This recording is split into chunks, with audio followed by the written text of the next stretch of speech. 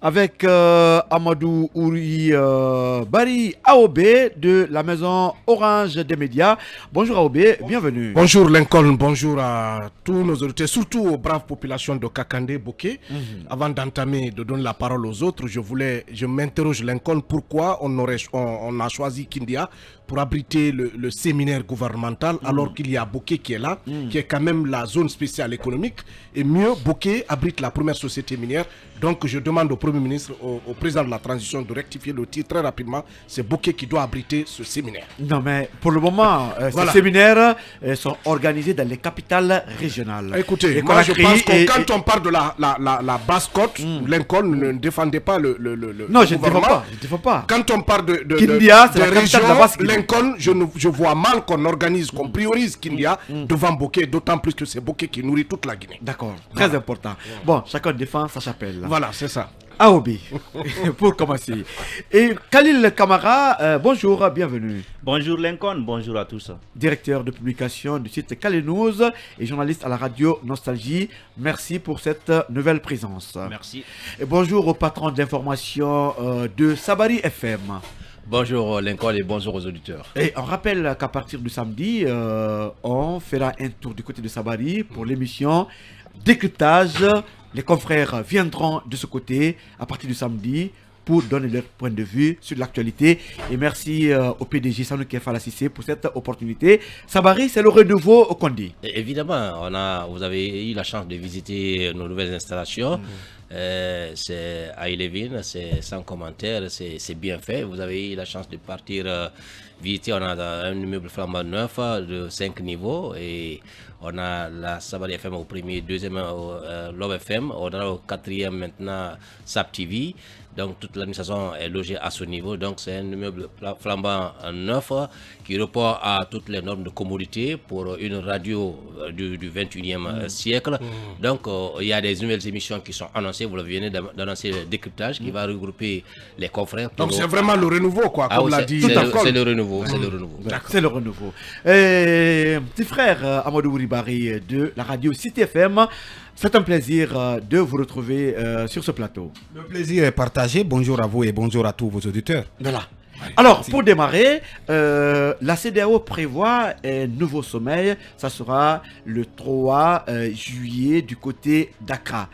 À quoi faut-il s'attendre? Brièvement, Kondi. Écoutez, il faut s'attendre à une sanction de principe. Il y a eu une première sanction de principe contre les États qui ont opéré les coups d'État. Mais la complexité, c'est au niveau de la Guinée, de Conakry, parce que quand on a écouté le président en exercice de l'Union africaine, le président sénégalais Macky Sall, il a exprimé qu'il est difficile aujourd'hui pour les pays de la CEDEAO, encore moins de l'Union africaine, de mettre pression sur la Guinée, parce que la Guinée a une ouverture sur la mer.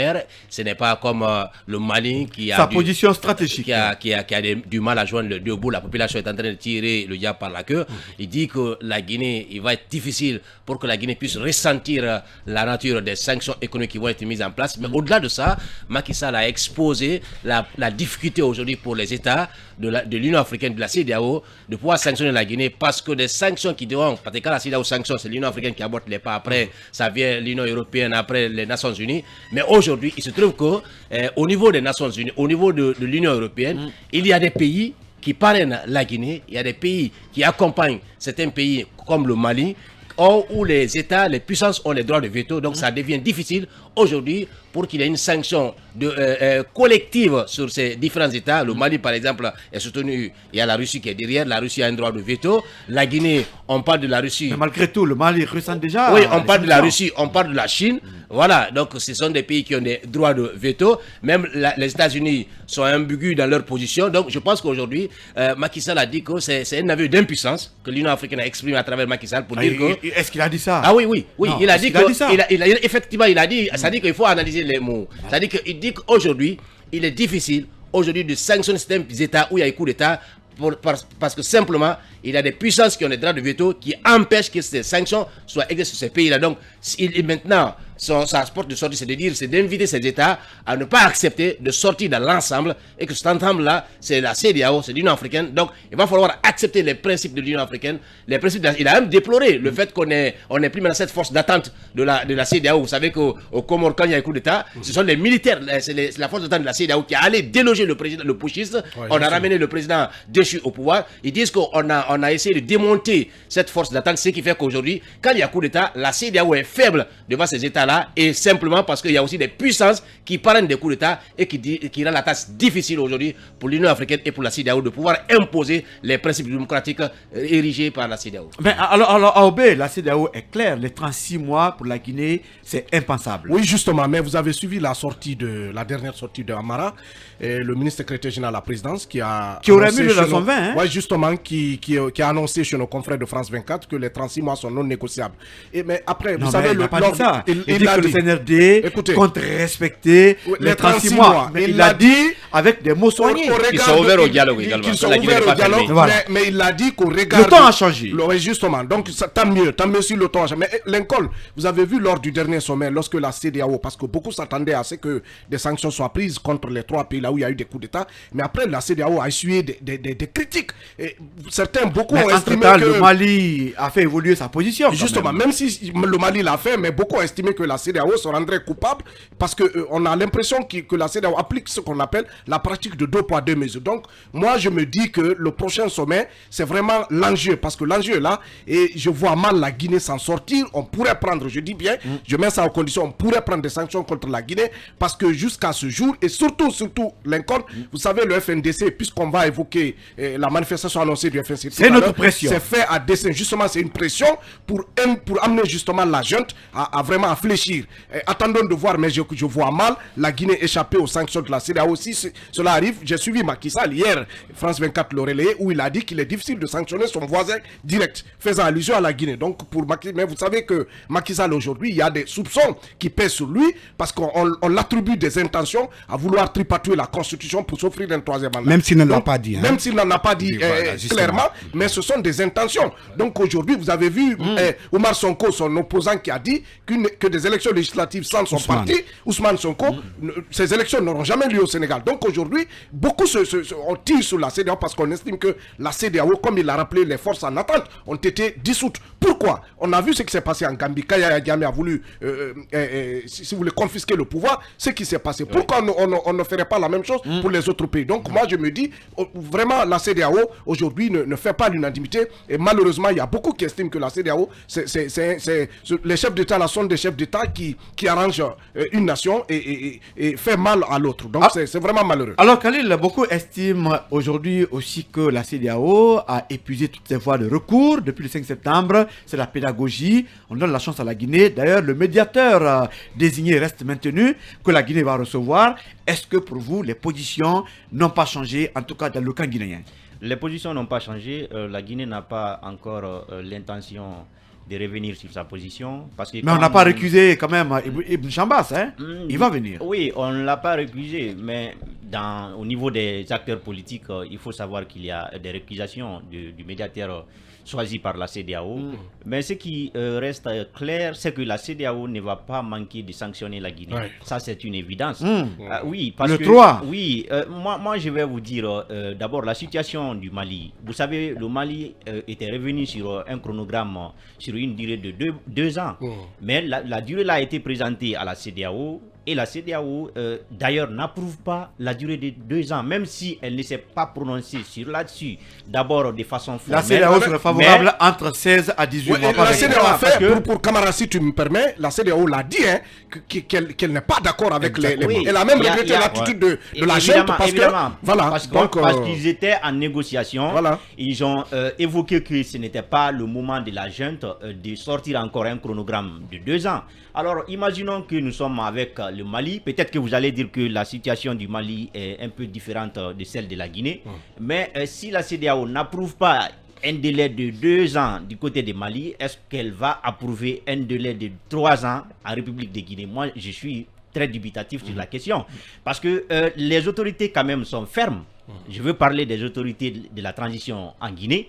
elles sont fermes, elles ne veulent pas revenir sur la durée de la transition, mais il y a aussi une confusion sur cette durée au niveau des acteurs politiques, mais aussi de la société civile. Parce que non seulement il y a des acteurs de la société civile, il y a des organisations de la société civile qui n'approuvent pas la durée, mais aussi il y a des partis politiques qui n'approuvent pas la durée. Donc la CEDEAO, si elle revenait à sanctionner la Guinée, cela déjà va lui servir de base, notamment des contestations d'abord à l'interne. Parce que je dis bien, au Mali, je ne pense pas qu'il y ait assez de contestations comme on le voit en Guinée. En Guinée, la crise existe. En Guinée, la crise existe. Mais le Mali est en porte-à-faux avec la CEDEAO sur des principes démocratiques. Parce que la CEDEAO quand même a une charte. La CEDEAO a un accord établi entre les États. Ce sont des engagements entre les États. Sinon, si ces engagements-là ne sont pas respectés, la CEDEAO a est tout à fait dans la normalité de brandir des sanctions contre ces États-là. Parce que les États se sont réunis pour respecter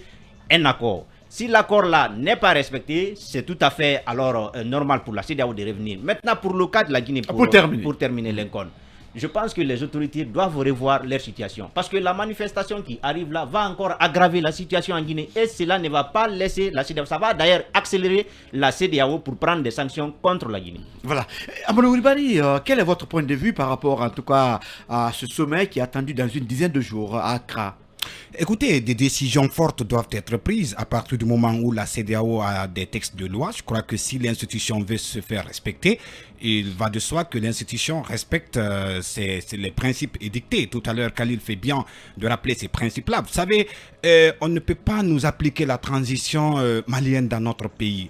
Parce que la Guinée et le Mali sont deux pays différents. Les pays n'ont pas les mêmes réalités. Aujourd'hui, quand vous voyez un peu l'attitude de la junte militaire au pouvoir en Guinée, vous allez vous rendre compte qu'ils se comportent comme s'ils sont élus. Comme s'ils n'ont pas pris le pouvoir par la force. Étant donné que le 5 septembre, ce qui s'est passé, c'est la force, n'est-ce pas, qu'ils ont utilisée pour renverser un régime qui était en place. Donc, au regard de tout ce qui s'est passé, il devrait quand même permettre à ce que les acteurs politiques, je vais parler les forces vives de la nation, puissent se retrouver pour quand même aplanir leurs divergences autour de la table et s'accorder sur l'essentiel. Parce que dans une transition Lincoln, la chose la plus importante, c'est le consensus. Et le consensus ne peut pas venir sans le dialogue. Vous comprenez? C'est pas dans la rue qu'on peut avoir... Vous voulez dire que les autorités ont rendu difficile la transition guinéenne qui était si facile? Oui, les autorités guinéennes ont rendu la transition difficile à partir du moment où on a vu une dose d'orgueil qui ne dit pas son nom. C'est vrai que tout à l'heure, qu'est-ce que vous appelez orgueil? Oui, orgueil dans leur façon de dire. L'arrogance? L'arrogance, justement, c'est ce que je dis. Merci de me prêter le mot, même s'il y a un peu d'embouteillage de mots dans la bouche. Mais qu'à cela ne tienne, il faut dire quand même, Lincoln, que c'est une espèce d'arrogance dans la communication, dans le comportement et tout. Et cela n'arrange pas. Parce que moi, je dis, dès au départ, la CEDEAO a été souple vis-à-vis de la junte militaire en Guinée. Sinon, lors du dernier sommet, des sanctions devraient tomber. Et aujourd'hui, je vous dis une chose.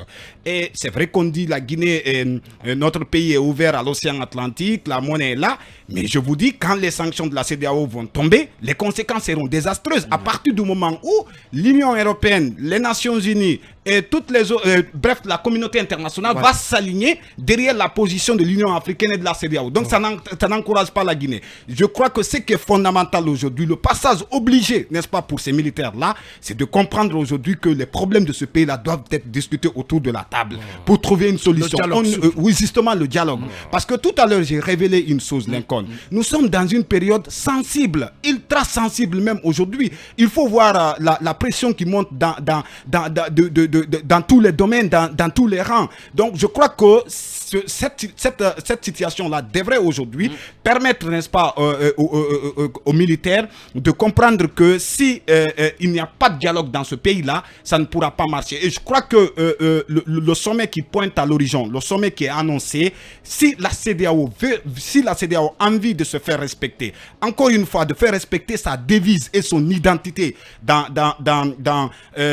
la sous-région, n'est-ce pas, en Afrique de l'Ouest, pour être un peu plus précis, je crois que des sanctions doivent être prises contre la junte. Tout à l'heure, il a parlé du chronogramme, les 36 mois. Je vous dis aujourd'hui, les 36 mois constituent la pomme de discorde entre, n'est-ce pas, les acteurs politiques, entre le CNRD, les acteurs politiques et les acteurs sociaux, même la communauté internationale. Moi, j'ai des informations comme quoi aujourd'hui, une frange importante, n'est-ce pas, des dirigeants de la CEDEAO, cette frange n'est pas d'accord avec les 36 mois validés parce que ces 36 mois s'apparentent à un mandat et une transition n'est pas un mandat présidentiel.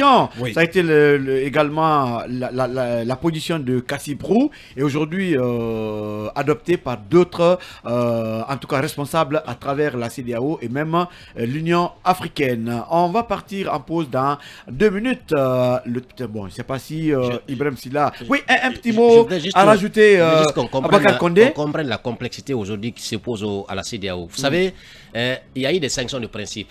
Mais les sanctions de principe, on a vu chez Amar Kamal qui a dit qu'ils n'ont pas de compte à l'extérieur, ils n'ont pas besoin de voyager. Justement. Mais aujourd'hui, la peur de la CEDEAO, on ne voudrait pas qu'il y ait des troubles dans l'intérieur des nations. On sait aujourd'hui que la position qu'occupe la Guinée. Quand il y a aujourd'hui un trouble en Guinée et qu'il y ait des soulèvements, on ne le souhaite pas, ça déstabilise la corne de l'Afrique. Et aujourd'hui, c'est ce que craint la CEDEAO. Le dernier sommet, il y a des chefs d'État qui n'étaient pas d'accord qu'il y ait des principes, qu'il y ait des sanctions économiques sur la Guinée. Parce que si on impose des sanctions économiques, l'Union africaine va confirmer. Et l'Union européenne, ce ne sont pas la jeune qui va souffrir. Ce sont les populations qui vont souffrir. Et automatiquement, c'est des soulèvements. Le Mali, il y a eu de justesse. Parce que le problème du Mali, les 2 ans sont allés au dernier sommet de la CEDEAO. Les 2 ans étaient sur la table. Mais les chefs d'État n'ont pas voulu s'exprimer. Ils ont dit, bon, chacun n'a qu'à réfléchir de son côté. Après, on reviendra maintenant le 3 juillet pour délibérer. C'est entre-temps, puisque la feuille de route est allée à la CEDEAO, le Mali s'est précipité automatiquement au lendemain pour communiquer sur les 24 mois. C'est ce qui a irrité un peu. C'est pourquoi les chefs d'État ont dit, on n'a pas encore validé, nous étions dans les réflexions, vous n'avez pas à aller confirmer ce qui n'a pas été Le Mali a anticipé. Le Mali a anticipé. Voilà. Donc je pense que pour la Guinée, même si la position de certains chefs d'État a évolué. Les gens craignent aujourd'hui qu'en sanctionnant davantage, voulant sanctionner davantage la jeune, qu'on sanctionne le peuple de Guinée. Parce qu'il s'agit là du peuple. Quand on sanctionne, il y a des sanctions de principe. Parce qu'aujourd'hui, quelle est la sanction aujourd'hui la plus draconienne qu'on puisse imposer à la gente et que la gente soit obligée de revenir en arrière. Quand on a vu la pédagogie de Amara, moi j'ai cru comprendre que la gente n'a pas envie de reculer. Alors, on va avec l'écran publicitaire juste derrière un point sur l'information et on se retrouve pour continuer cette émission.